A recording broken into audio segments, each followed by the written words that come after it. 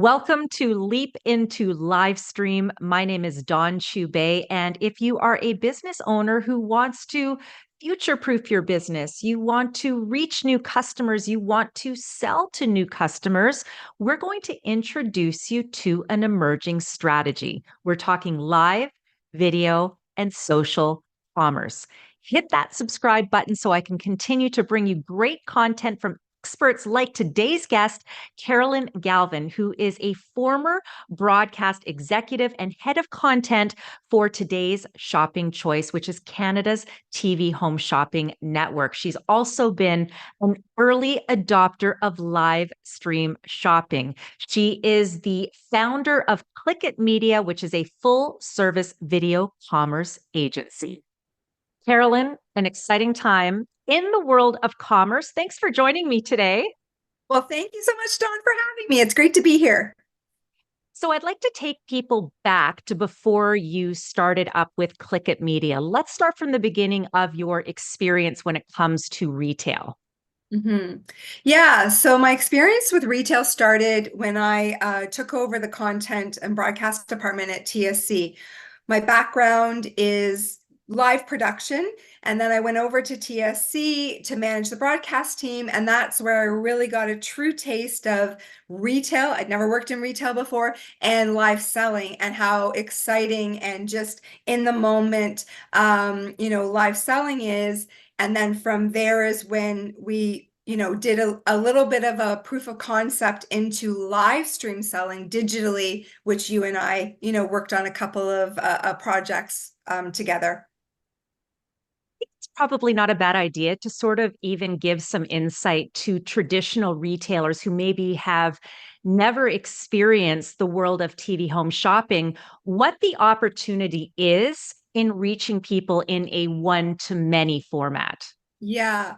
And that's a great question, Dawn. And I think until I worked at TSC, I didn't really understand the true power of live selling. And we talk a lot about video commerce, in this moment right now in retail, but there is such a powerful connection that viewers get with a presenter on camera when it's live, right? It's much more authentic. The connection is, they're with you in real time. And I think the other thing that I came to appreciate about TV home shopping was the power of being able to bring the store to the consumer when they can't be in the store themselves. And this is what you and so many of your colleagues did so well, was bringing that product to life through a screen. And it didn't matter what the product is, jewelry, fashion, home goods, cooking, kitchen products. It's that bringing that customer into the moment where they can discover the product, learn about the product, through a screen. And I think live lends itself to really catapulting that and enabling that, live stream selling, that live selling component, or we used to call it story selling, right? We'll get maybe to some of that insider strategy, but when I get businesses and retailers, back when I was a host at TSC, they would say, how do I get on? And I always said it's kind of like Shark Tank, like it's actually really difficult to get on. The contracts are crazy. And of course, the fulfillment is Yes. out of this world. So when I bring it now to the opportunity of commerce on camera, so live video and social, I always say it's a lot easier to do it this way. You might not get the same quantity of returns. You might Yep. in the future, but you actually get a chance to still leverage those same advantages as we would see in TV home shopping. Yeah, and I think it's part of why I started Clikit Media.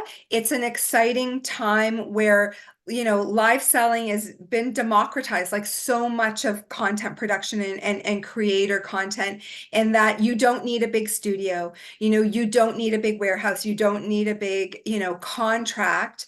With a company like TSC, you can do that within the confines of your own business, and also from a production, because that's, a big part of what I offer is production services, but it doesn't also have to be a massive expensive production. It can be if that's, what your brand, you want for your brand or your budget allows, but it can also be, as we've seen in so much, live selling, is that it can be an iPhone and a ring light, or it can be something in between. It really is bespoke to the brand. And so that's what I think is so exciting for brands, is the point of entry isn't so daunting anymore, and it isn't such a massive commitment financially. So it's a great time to start it for sure. There's definitely a range, right? Like you said, you can kind of do it totally guerrilla style, Yeah. holding your phone and a product, and then you can go right to something that is more produced. And so there is absolutely a format and Yes. style for everyone and a budget that can, I think, fit into anybody's strategy, whether it's small or Mhm. larger. But Carolyn, I think it's also important to note that just because something looks raw and spontaneous doesn't mean that there isn't plans. So, for any business that's looking at engaging in live stream shopping, what would you say their first step should be? Yeah, I think the first step should be, really sitting down and thinking about what is the objective of live shopping? Like, what do we want it to do? Is it a conversion tool? Is it to engage with your customers? It isn't, unless you're using an influencer strategy, it's less top of funnel, it's less brand awareness. It really is about making a connection, midway through that customer journey with your customer, and then, taking them through to purchasing. But you're right, Dawn. I think, if something looks really slick and well, sorry, the opposite of that, if it looks super organic, really you need a plan. You can fire up your iPhone and go live, but it's probably not the best plan of attack. I think being prepared, planning, and that's everything from your merchandising and pricing strategy down to what's this production going to look like. And it doesn't need to be a, word for word scripted, what we would call a rundown or a lineup. But you do have to go in with a plan of how you're going to move through the flow of that half hour, 2 hours, 3 hours of your show. And then you add the fun in, which is a live component where things can go wrong. And that's the spontaneity, but the backbone of it really does need to be solid, I think. Well, imagine going on a road trip and going, okay, we're just going to wing it, and going somewhere that should only take 15 or 20 minutes could take you hours, and it could take you off course when ultimately what you want to get is from point A to point B. Mhm. Does that mean you can't sightsee? Of course you can. Does it mean Yes. you can't take a little detour because that's what your audience, maybe your passenger, wants? Yes. So that's probably the best way I can relate everybody, or maybe express the importance of having some sort of run of show, is it gives you a route. Although Mhm. there are many, it gives you one of a Yes. few that ensures you take that customer toward that pathway that ultimately we hope leads to purchase. But Carolyn, it can't be, and you just talked about this briefly, about just purchasing. We are really Mm. bringing shoppers, viewers, followers, customers on, I'm going to say, a bit of a joyride, a bit of Mhm. a reason to sort of connect with us. And that's all about earning your audience. Yeah. Yeah. And I think before I talk about earning your audience, which I think is it's a great point.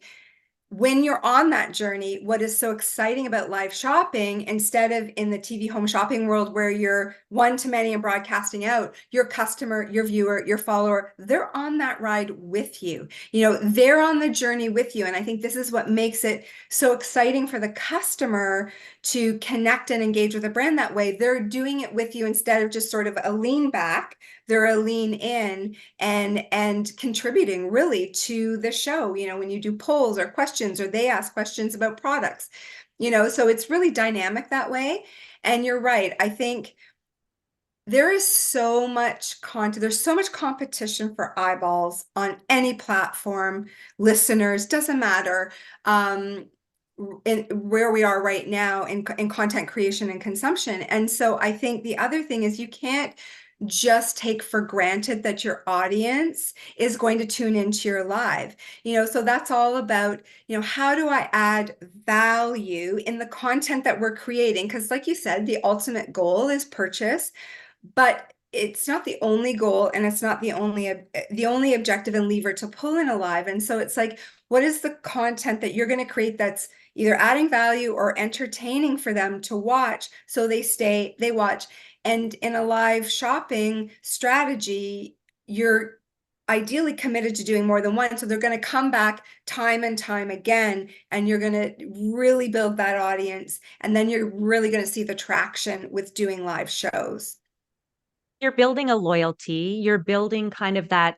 Back in our day, there'll be a generation that never understands the term must see TV, Yes. but you're kind of creating that kind of environment. And if I can, to anybody that's listening or watching that's sort of thinking about getting involved, whether you're doing it with almost no budget or a bigger budget, you really should consider, I'm going to say, four right out of the gate to schedule on a regular. It's not do Mhm. one and then, okay, well, we'll do another one whenever. Make a plan. And whatever that plan is, stick to it, even if it feels like you're not going anywhere. Because, Carolyn, you've done several live streams. I've done several live streams. Yes. I'm in the process of producing and merchandising and doing all the things for a big curated event. And with each one, you Mhm. learn just a little bit more about what works. And then just when you think it's going to work all the time, you realize, oh, wait, every show, every audience is different, right? Yeah, for sure, for sure. And you're right. You see the build over time, and you learn what works and what doesn't work, but you're also training, live shopping, tuning into live shopping. It's still pretty new. It's certainly in Canada, but in North America, but you're training a new behavior in your customer. Um, and so that also takes time. It also takes time to build that. Like, go back to when TSC first went on the air, or any TV home shopping, people didn't really know what to make of it. So it took time for them to realize, oh, okay, I know what to expect. I know what they're going to do here, whether it's like exactly what they're going to present, but they understand the format. And I think that's important to committing to. It's a lot of work in the initial stages of deciding, okay, I'm going to get into live shopping. As you know, Don, it's a lot of work to get from 0 to 1, right? So 0 to 1 is 70% of the work. You might as well do a couple more, because you've done the heavy lift to, get set up, to figure out the production. So it's almost like at that point, you're kind of coasting downhill after you've done your first one and taking the learnings along the way. And what I can say, we learned from TSC of doing a handful of them in with regularity is, we, even though we were experts in the format, the digital platform has nuance. And so we even learned over time kind of what the customer wanted from that experience and how to leverage that medium. Which is different than what we were doing on TV, slightly different. So I want to tap into who the talent should be. And the reason obviously I'm a talent trainer. I am a person that is hosted, but I teach other hosts as well. But I remember when we first started doing live stream at TSC, and we don't need to get into the crunching of the numbers. It's more of sort of the idea of who should host, because Mhm. we experimented at TSC with very well-known influencers that brought a Yes, following. yes, We also did just hosts. yes. And there's an argument for both, but we can't just assume that 100,000 followers, for example, is going to generate sales. You're correct. And I think next to the product and the offer, the selection of who's going to host or be on camera for a live stream event is probably the next most important decision to make. And again, that's different for every brand. Like you said, we did cross-category live streams at TSC, and we played around with that formula. And sometimes a founder of a who has a small following might be the best person to talk about that product. Or, it's an expert in kitchen, a chef, but they might not be well known, but they are really good at demo, and so it really is looking at, again, what is that production and live look like, and who is the best person, and also who's authentic and true and aligns nicely with that brand. There is a place for an influencer in a live shopping environment, but then that's where you're pushing more because of the investment to that top of funnel awareness piece. Like, there's a million ways to skin the cat, but it's picking the right one for you, right? And when I say don't make the assumption that followers generate sales, there is a whole other strategy that has to happen. And I'm going to say, with respect to marketing, do not underestimate pre-marketing, the in-show engagement, and the post-show follow-up. So, for instance, you could have an influencer who's got 100,000 people that follow them, but if they never promote Mm-hmm. that they are on that live stream and offer their own marketing plan, Mm-hmm. you could produce the best show in the world and you're not actually getting all you want from that influencer, because the reality is that influencer might also not be a salesperson. So now you don't have sales expertise and you're not leveraging their followers, Yes. which means you might as well have done it yourself. So Yeah. how important is the marketing, and what have been some of the strategies you've utilized with your live streams? Yeah. So it goes product, offer, host, and then marketing. You've got to get eyeballs onto your live stream, certainly for the live, and then we can talk about what you do post after the live. But it really is, it's the key is, where are the channels that your customer is on? Is it Instagram? Is it Facebook? Is it your website? And making sure that you're doing an integrated 360, your newsletters.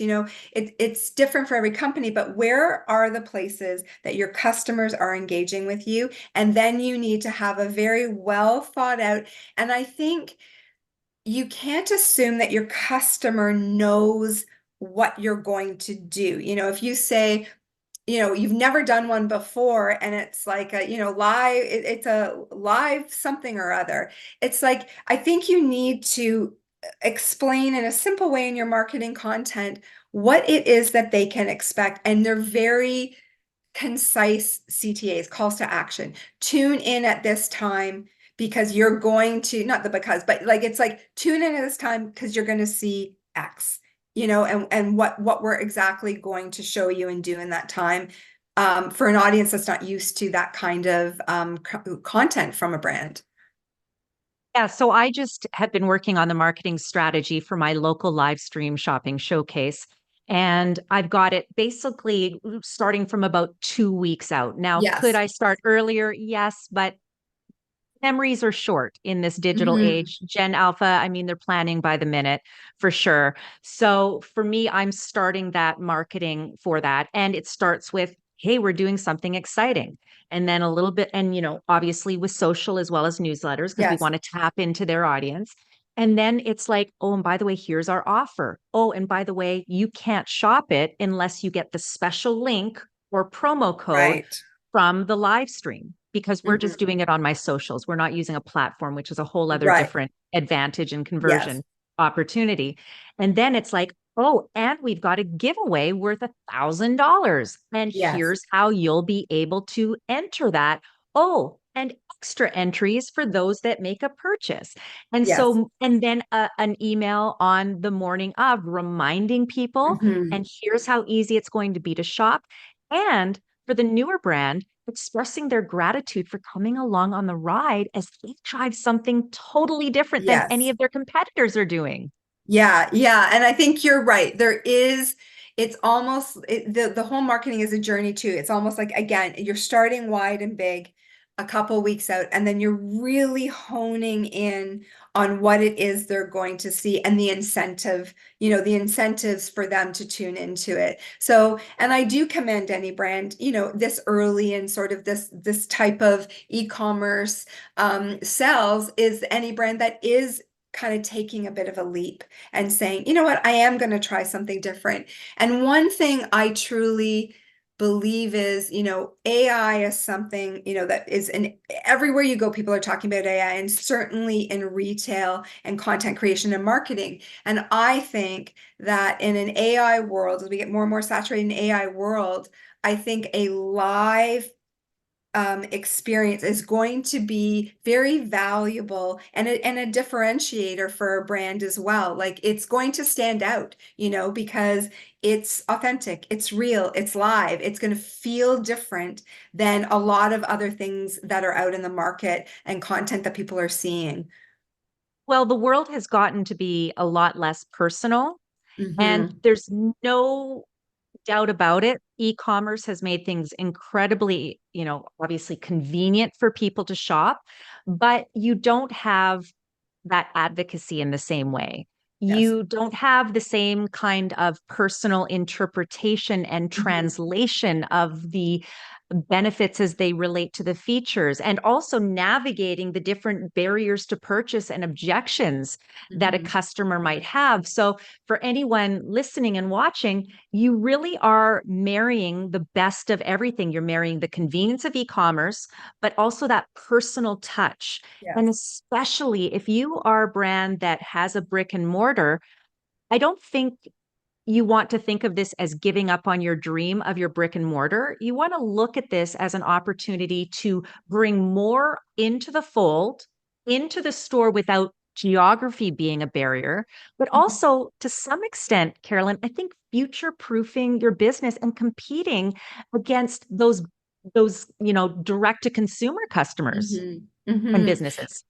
Yeah, absolutely. And I think that's a super important point as well. I feel that sometimes a brick and mortar will feel like, well, if I'm promoting e-commerce, my e-commerce channels, or I'm going live, I'm cannibalizing my brick and mortars business. And I don't think that's the case. And I think the trend that we're seeing in retail is that people want omni-channel experiences, as stores have physical stores and they have, digital stores.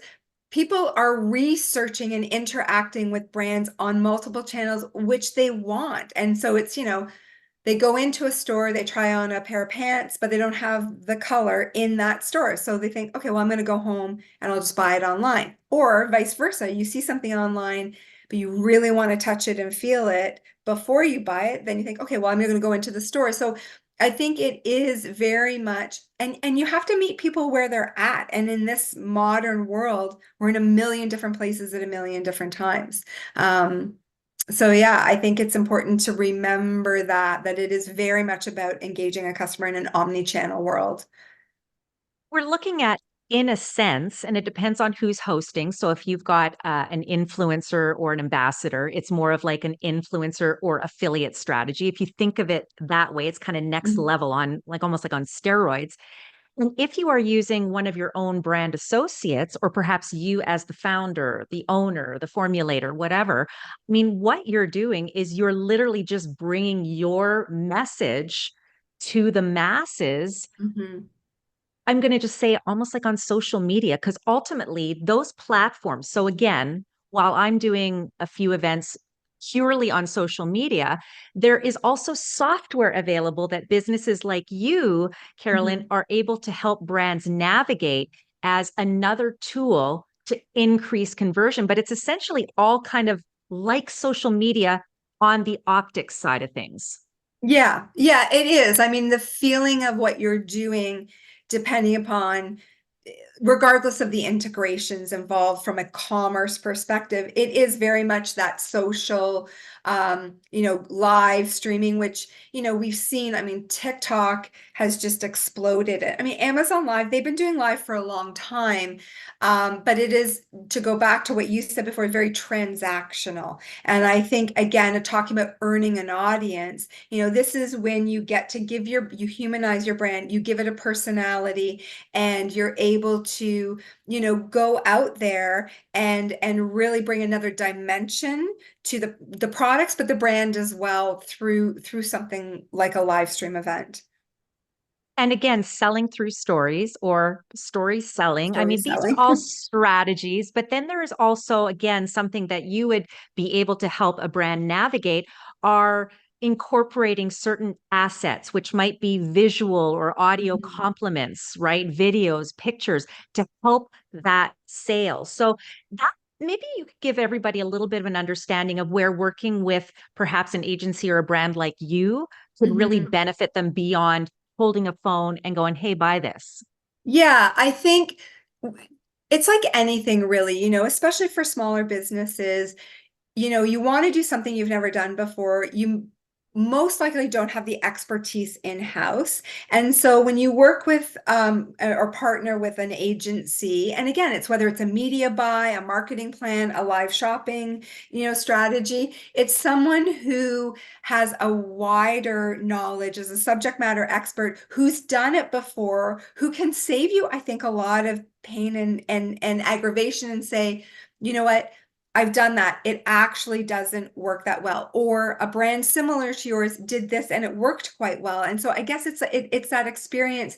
And you're right, Don. Again, there's so many different ways. I think a lot of brands think about just going live, but assets and support material, which is something we would do normally, whether it's product images or brand videos, these are things that also enhance a live and kind of round it out, because and make it a little bit maybe even more visually interesting and more entertaining, more informative. And so these are the things that someone who's a professional is, you're going to get to where you want to go, I think, faster, and ideally kind of cut out a lot of the mistakes you're going to make along the way, and get from your starting point to where you want to go in just a much quicker, more efficient way. Even for people like us who have been doing all of that behind the scenes, and me more now that, of course, I've started live selling school and am producing events, I have a whole new appreciation what merchandisers did, to what script writers did, to what the assistants did who flowed a show. I mean, this might sound like Greek to a lot of people, but it's the stuff that when you just want to worry about engaging with your customers, it's nice to have other people that know how to do it, even though it's still a lot of work, but they also know how to do it right. And for you, Carolyn, when someone approaches you, to be able to hear their own personal goals and what Mhm. their brand is, and then formulate a Mhm. bespoke strategy. That's key.